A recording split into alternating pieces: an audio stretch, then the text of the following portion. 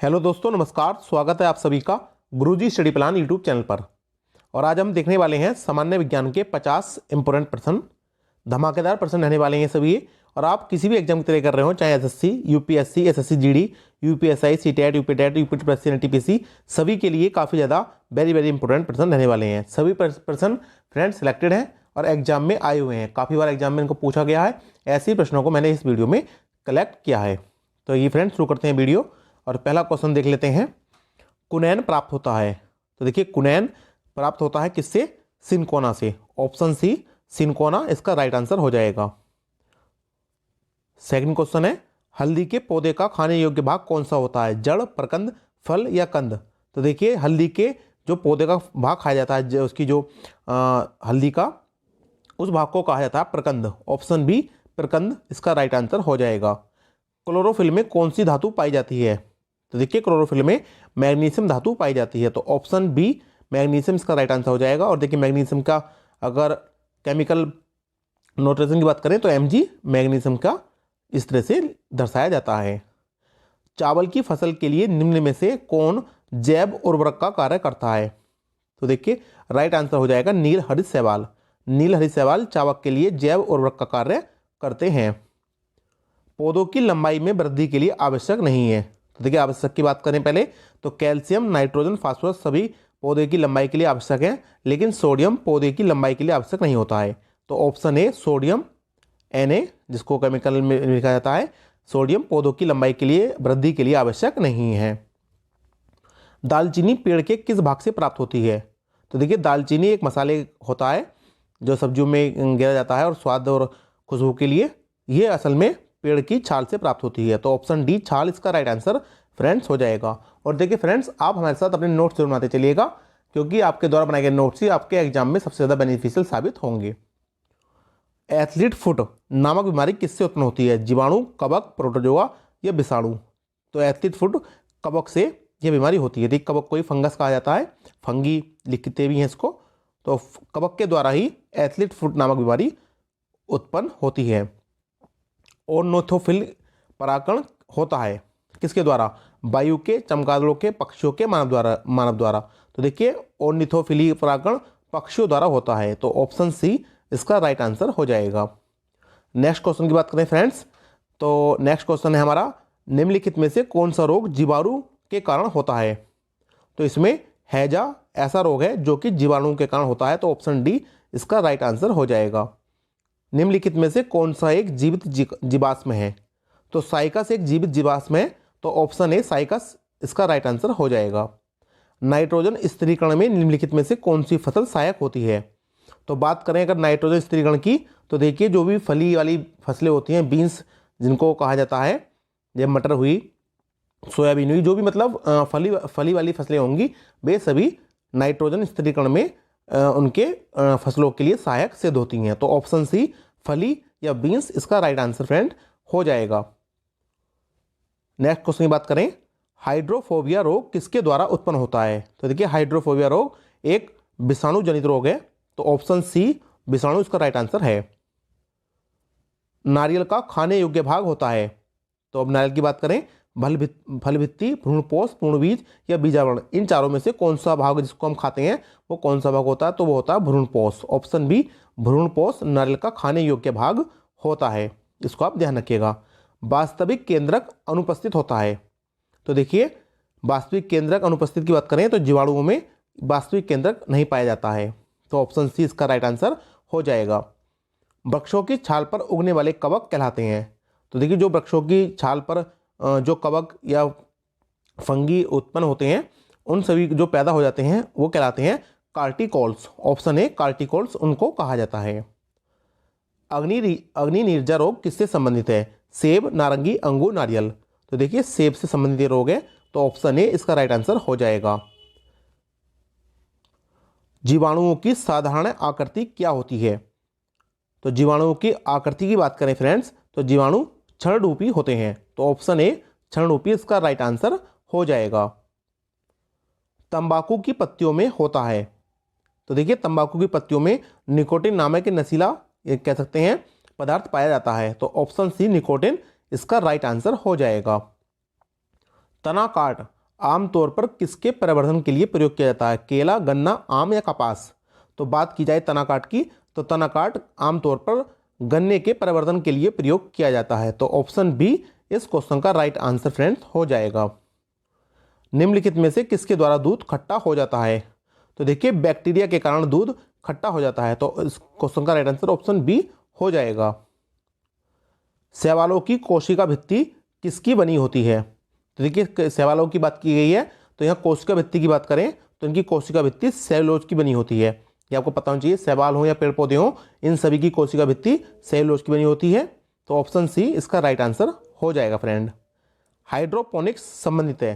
तो देखिए बिना मिट्टी के पौधों की वृद्धि करने को ही हाइड्रोपोनिक्स कहा जाता है। जब पौधे बिना मिट्टी के लगाए जाएं या उनको पानी में लगाया जाए तो उनकी वृद्धि की जाए तो उसको हाइड्रोपोनिक्स कहा जाता है। तो ऑप्शन ए मिट्टी के बिना पौधों की वृद्धि से हाइड्रोपोनिक्स का संबंध है। प्रकाश संश्लेषण में पौधे कौन सी गैस का अपशोषण करते हैं?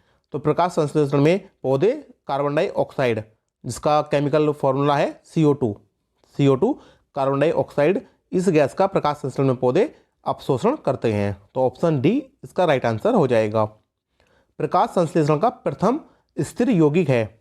तो प्रथम स्थिर यौगिक जो प्रकाश संश्लेषण की क्रिया में बनता है वो बनता है फास्फोग्लिसरिक अम्ल। ऑप्शन ए फास्फोग्लिसरिक अम्ल। और प्रकाश संश्लेषण को इंग्लिश में क्या कहते हैं फ्रेंड्स? फोटोसिंथेसिस। आम का वानस्पतिक नाम है। तो देखिए Mangifera indica. Option C Mangifera indica आम का वानस्पतिक नाम है। काफ़ी ज़्यादा बार क्वेश्चन पूछा गया है एग्जाम में, तो आपको ये बहुत ही अच्छे से पता होना चाहिए क्योंकि आम हमारा राष्ट्रीय फल भी है। और देखिए फ्रेंड, अगर आपको हमारी ये वीडियो पसंद आ रही हो और आपको लग रहा हो कि वीडियो वाकई में आप लोगों के लिए मेहनत करके एक अच्छे क्वेश्चन कलेक्ट करके आपको दिए जा रहे हैं, तो हमारी वीडियो को लाइक जरूर कीजिएगा फ्रेंड्स। और साथ ही साथ जिन साथियों ने अभी तक चैनल को हमारे सब्सक्राइब नहीं किया है उन सबसे रिक्वेस्ट है कि हमारे चैनल को सब्सक्राइब कर दीजिए, साथ साथ बेल आइकन को प्रेस कर दीजिए, जिससे आपको हमारी आने वाली हर वीडियो का नोटिफिकेशन सबसे पहले प्राप्त हो सके। तो आइए फ्रेंड्स वापस अपने क्वेश्चन पर चलते हैं। 25 क्वेश्चन अब तक हमने देख लिए हैं और क्वेश्चन नंबर 26 देखते हैं। सेलुलर और मोलिकुलर जीव विज्ञान का केंद्र स्थित है। तो इस जीव विज्ञान केंद्र की बात करें तो यह स्थित है हैदराबाद में। ऑप्शन डी हैदराबाद इसका राइट आंसर फ्रेंड्स हो जाएगा। मनुष्य में मेरुदंड में कितनी जोड़ी तंत्रिका होती हैं? तो जोड़ी की बात करी है तो 31 जोड़ी तंत्रिका होती हैं मनुष्य के मेरुदंड में। तो ऑप्शन सी इसका राइट आंसर फ्रेंड्स हो जाने वाला है। क्वेश्चन नंबर 28 है। पाचन क्रिया में प्रोटीन किस पदार्थ में बदल जाते हैं? तो पाचन क्रिया में जो प्रोटीन है वो अमीनो अम्ल में बदल जाते हैं। तो ऑप्शन सी इस क्वेश्चन का राइट आंसर हो जाएगा। रक्त का शुद्धिकरण कहाँ होता है? अब देखिए फ्रेंड, कई बार स्टूडेंट्स एग्जाम में इस क्वेश्चन में कंफ्यूज हो जाते हैं और कई बार रक्त के शुद्धिकरण को फेफड़े से कनेक्ट करके आ जाते हैं, जबकि उनका वो आंसर गलत हो जाता है। देखिए रक्त का शुद्धिकरण की बात करें तो रक्त का शुद्धिकरण किडनी में होता है। जो किडनी होती है हमारी, जिनको ब्रक भी कहा जाता है, तो इस किडनी में ही हमारे रक्त का शुद्धिकरण होता है। और जबकि फेफड़ों में रक्त में ऑक्सीजन का घुलती है, कहते हैं ऑक्सीजन की दी जाती है। तो इसलिए ध्यान रखिएगा, रक्त के शुद्धिकरण की बात हो तो किडनी में ही रक्त का शुद्धिकरण होता है। तो ऑप्शन सी इसका राइट आंसर हो जाएगा। रक्त समूह के खोजकर्ता हैं। अब देखिए रक्त समूह के खोजकर्ता की बात की जाए तो रक्त समूह के खोजकर्ता हो जाएंगे लैंडस्टीनर। ऑप्शन ए लैंडस्टीनर, पूरा नाम इनका कार्ल लैंडस्टीनर, जिन्होंने रक्त समूह की खोज की। तो ये भी काफ़ी अच्छा क्वेश्चन है, एग्जाम में काफ़ी ज़्यादा बार पूछा जाता है। आहार नाल में स्टार्च के पाचन में अंतिम उत्पाद क्या होता है? तो देखिए स्टार्च के जब उसको पूर्ण रूप से पाचन कर लिया जाता है तो उसके बनने वाला अंतिम उत्पाद माल्टोज होता है। तो ऑप्शन सी माल्टोज इसका राइट आंसर फ्रेंड्स हो जाएगा। मनुष्य के मस्तिष्क का सबसे बड़ा भाग क्या होता है? अनुमस्तिष्क, प्रमस्तिष्क, मध्य मस्तिष्क। तो देखिए फ्रेंड्स, मनुष्य के मस्तिष्क का जो सबसे बड़ा भाग होता है उसको कहा जाता है प्रमस्तिष्क। Option B प्रमस्तिष्क। कीटों से संबंधित जीव विज्ञान की शाखा क्या कहलाती है? तो इंटेमोलॉजी। ऑप्शन सी इंटेमोलॉजी कीटों से संबंधित जीव विज्ञान की शाखा का नाम है। पित्त जमा होता है। अब देखिए इस पर मैंने दो क्वेश्चन इसमें वीडियो में रखे हैं। एक तो मैंने क्वेश्चन मिलेगा आपको पित्त का निर्माण कहाँ होता है और दूसरा पित्त कहाँ जमा होता है। इन दोनों क्वेश्चन में भी डिफरेंस रखिएगा और कन्फ्यूजन क्रिएट मत कीजिएगा। देखिए पित्त अगर बात करें जमा होने की तो पित्त जमा होता है पित्ताशय में। पित्ताशय एक थैली होती है, उसमें आकर पित्त रस इकट्ठा होता है। और अगर बात करें पित्त कहाँ बनता है या कहाँ उसका निर्माण होता है तो ध्यान रखिएगा पित्त का निर्माण होता है यकृत में। यकृत जिसको लीवर कहते हैं इंग्लिश में, लीवर में पित्त रस बनता है और बनने के बाद वो एक नली द्वारा होकर पित्ताशय में आ जाता है और यहाँ पर वो इकट्ठा होता रहता है। तो इसलिए जब भी कभी पूछा जाए पित्त जमा होता है कहाँ पर, उसका संग्रहण होता है, तो ध्यान रखिएगा पित्ताशय में पित्त का संग्रहण होता है। RH फैक्टर का पता लगाया, तो RH फैक्टर का पता लगाया था लैनस्टीन और बियनर ने, दोनों ने संयुक्त रूप से। तो ऑप्शन ए इसका राइट आंसर हो जाएगा। रक्त में लाल रंग निम्न में से किसके कारण होता है? तो देखिए रक्त में लाल रंग हीमोग्लोबिन के कारण होता है, तो ऑप्शन बी हीमोग्लोबिन इसका राइट आंसर हो जाएगा। अमीबा का प्रचलन अंग है, अमीबा किस अंग के द्वारा चलता है? तो उसके जो कूटपाद होते हैं उनके द्वारा ही अमीबा अपनी गतिविधि करता है, तो ऑप्शन सी कूटपाद इसका राइट आंसर हो जाएगा। शीत रक्त के प्राणी हैं, अर्थात जिन प्राणियों का रक्त शीत ठंडा होता है वे कौन से हैं? तो देखिए मछली, मेंढक और छिपकली, ये तीनों ही शीत रक्त के प्राणी हैं, तो ऑप्शन डी उपरोक्त सभी इसका राइट आंसर हो जाने वाला है। और मनुष्य की बात करें फ्रेंड्स, तो मनुष्य एक गर्म रक्त का प्राणी है। कालाजार उत्पन्न करने वाला प्रोटोजोआ है, तो इस क्वेश्चन का फ्रेंड राइट आंसर हो जाएगा लीशमैनिया। ऑप्शन डी लीशमैनिया वह प्रोटोजोआ है जिसके द्वारा कालाजार उत्पन्न होता है। मनुष्य के शरीर में पैर की हड्डी कैसी होती है? खोखली, सरंध्री, ठोस या कीलक? तो देखिए बात करें मनुष्य के शरीर की पैर की हड्डियों की, तो वे खोखली होती हैं। ऑप्शन है खोखली, क्योंकि उनके अंदर ही अस्थि मज्जा में RBC का निर्माण होता है, तो ऑप्शन ए इसका राइट आंसर हो जाएगा। मेंढक का लार्वा क्या कहलाता है? तो टैडपोल। ऑप्शन सी टैडपोल मेंढक के लार्वे को कहा जाता है। नदियों में जल प्रदूषण की माप की जाती है, तो ऑक्सीजन की घुली हुई मात्रा से। नदियों के जल में ऑक्सीजन की घुली हुई मात्रा से ही नदियों में जल प्रदूषण की माप की जाती है, जिसको BOD भी कहा जाता है। BOD जल के प्रदूषण का एक मापक सूचकांक है। मलेरिया बुखार पैदा करने वाला प्रोटोजोआ है, तो देखिए बात करें प्रोटोजोआ की, तो प्लाज्मोडियम। ऑप्शन सी प्लाज्मोडियम एक प्रोटोजोआ है जिसके द्वारा मलेरिया बुखार पैदा होता है। और कई बार देखिए फ्रेंड, मलेरिया को आप ध्यान रखिएगा, मलेरिया ना तो वायरस से होता है, ना ही जीवाणु से होता है, बैक्टीरिया से नहीं होता, ना वायरस से होता, ना कवक से होता, प्रोटोजोआ से ही मलेरिया बुखार होता है। और कई बार स्टूडेंट क्या होगा क्वेश्चन में कि जीवाणु, विषाणु इनमें से ही लगा देंगे और प्रोटोजोआ को सोचेंगे नहीं, जबकि मलेरिया प्रोटोजोआ द्वारा उत्पन्न होता है। और कौन से प्रोटोजोआ द्वारा? प्लाज्मोडियम प्रोटोजोआ द्वारा। सफेद रक्त कणिकाओं जिनको WBC व्हाइट ब्लड सेल्स कहते हैं का मुख्य कार्य क्या होता है? तो देखिए रोग प्रतिरोधक क्षमता धारण करना WBC का मुख्य कार्य होता है। पावोक्रिस्टेसस किसका वैज्ञानिक नाम है?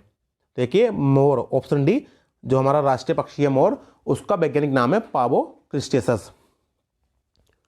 और पीछे मैंने आपको बताया आम का वानस्पतिक नाम में वैज्ञानिक नाम क्या है? तो मैंजीफेरा इंडिका आम का वैज्ञानिक नाम है। नेक्स्ट क्वेश्चन की बात करें 46 की, हरा प्रोटोजोआ के नाम से जाना जाता है? तो देखिए पैरामीशियम। ऑप्शन डी पैरामीशियम को ही हरा प्रोटोजोआ कहा जाता है। पित्त रस का निर्माण किसके द्वारा किया जाता है? यह क्वेश्चन में पीछे मैंने आपको बताया था कि जब पित्त रस की बात करेंगे कहाँ जमा होता है, तो पित्ताशय में। और पित्त रस का निर्माण किसके द्वारा किया जाता है? तो यकृत द्वारा। तो ऑप्शन ए यकृत, लीवर इसका राइट आंसर हो जाएगा। मनुष्य के जीवन काल में कितने दांत 2 बार विकसित होते हैं? कुछ दांत मनुष्य के पहले निकलते हैं और वो टूट के गिर जाते हैं और 2 बार निकलते हैं। वैसे टोटल 32 दांत होते हैं मनुष्य के, लेकिन कितने दांत 2 बार निकलते हैं? तो लगभग 20 दांत। ऑप्शन सी 20 दांत मनुष्य के जीवन काल में 2 बार विकसित होते हैं। मानव शरीर में पाचन का अधिकांश भाग किस अंग में संपन्न होता है? तो पाचन का अधिकांश भाग सबसे ज़्यादा समय तक जो भोजन रुका रहता है वो छोटी आंत में। ऑप्शन सी छोटी आंत, स्मॉल इंटेस्टाइन में सबसे ज़्यादा पाचन का क्रिया मनुष्य के छोटी आंत में संपन्न होती है, तो ऑप्शन सी इसका राइट आंसर हो जाएगा। और आज का लास्ट क्वेश्चन है फ्रेंड, ओजोन परत की मोटाई किस इकाई में मापी जाती है? तो ओजोन परत की इकाई डाप्सन में मापी जाती है। डाप्सन एक इकाई है, मात्रक है, जिसमें ओजोन परत की मोटाई को मापा जाता है, तो ऑप्शन ए डाप्सन इसका राइट आंसर हो जाएगा। तो फ्रेंड देखिए इस तरह से हमने आज के टॉप 50 साइंस के मोस्ट इंपोर्टेंट क्वेश्चनों को कवर किया, और बहुत ही ज़्यादा जल्दी करके बहुत कम समय में, लगभग 15 मिनट से भी कम की वीडियो रही हमारी ये। और साथ साथ विद डिटेल मैंने आपको इसमें जो भी फैक्ट हो सकते थे वो आपको बताए, और मैं उम्मीद करता हूँ कि आपको वीडियो अच्छी भी लगी होगी। साथ साथ आपने मेरे साथ अपने नोट्स भी बनाए होंगे। और फ्रेंड्स अगर आपको हमारे इस वीडियो की PDF फाइल चाहिए तो आप हमारे टेलीग्राम चैनल से जुड़ जाइए। वहाँ पर आपको हमारी सभी वीडियो की PDF फाइल आपको वहाँ अपलोड कर दी जाती है, और वहाँ से आप PDF फाइलों को डाउनलोड कर लीजिएगा। तो फ्रेंड मिलते हैं आपसे नेक्स्ट वीडियो में, तब तक के लिए गुड बाय, जय हिंद, जय भारत।